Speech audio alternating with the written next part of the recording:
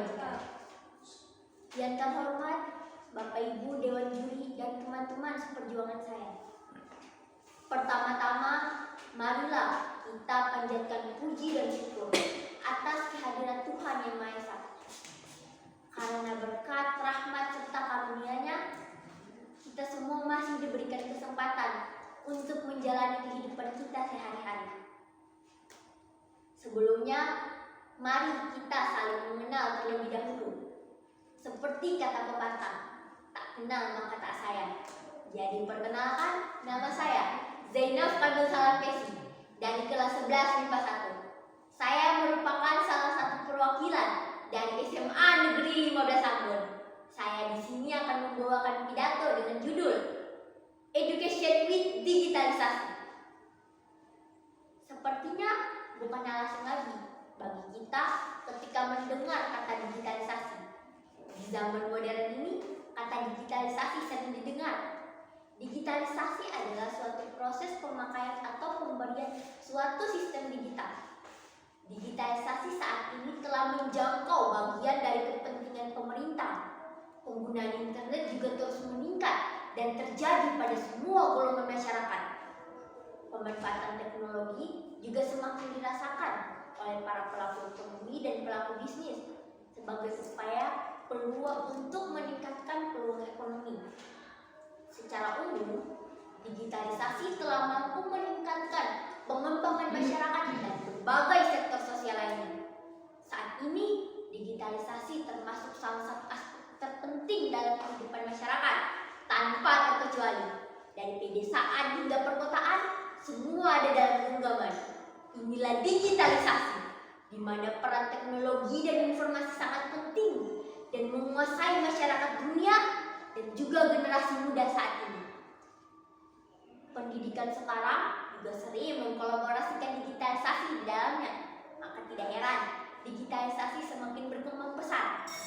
Walaupun banyak saudara-saudara kita dari wilayah terpencil yang harus menyesuaikan diri dengan perkembangan digitalisasi yang semakin pesat.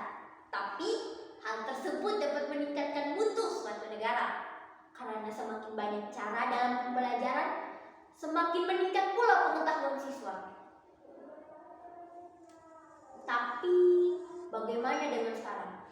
Bumi yang kita pijak ini sedang dilanda pandemi COVID-19. Pandemi yang melumpuhkan segala sektor, termasuk sektor pendidikan. Akan tetapi, hal itu semakin meningkatkan digitalisasi dan membuat kita tahu telah sejauh mana digitalisasi berkembang. Terbukti dengan sekarang, digitalisasi sering digunakan sebagai sarana pendukung. Apalagi kita tengah disuruh untuk belajar di rumah. Maka tidak heran, banyak siswa yang lebih ahli dalam menggunakan digital.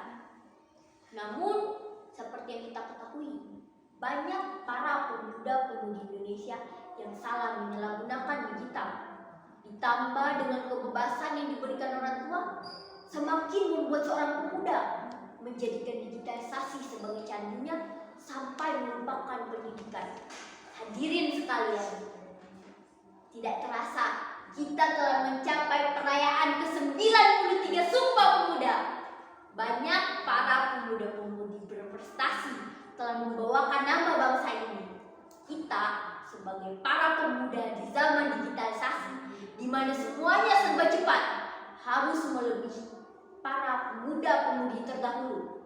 Selain itu, kita juga harus haus akan ambisi mendapatkan penghargaan dan membuat negara ini menjadi negara maju dan dipenuhi pemuda-pemudi cerdas.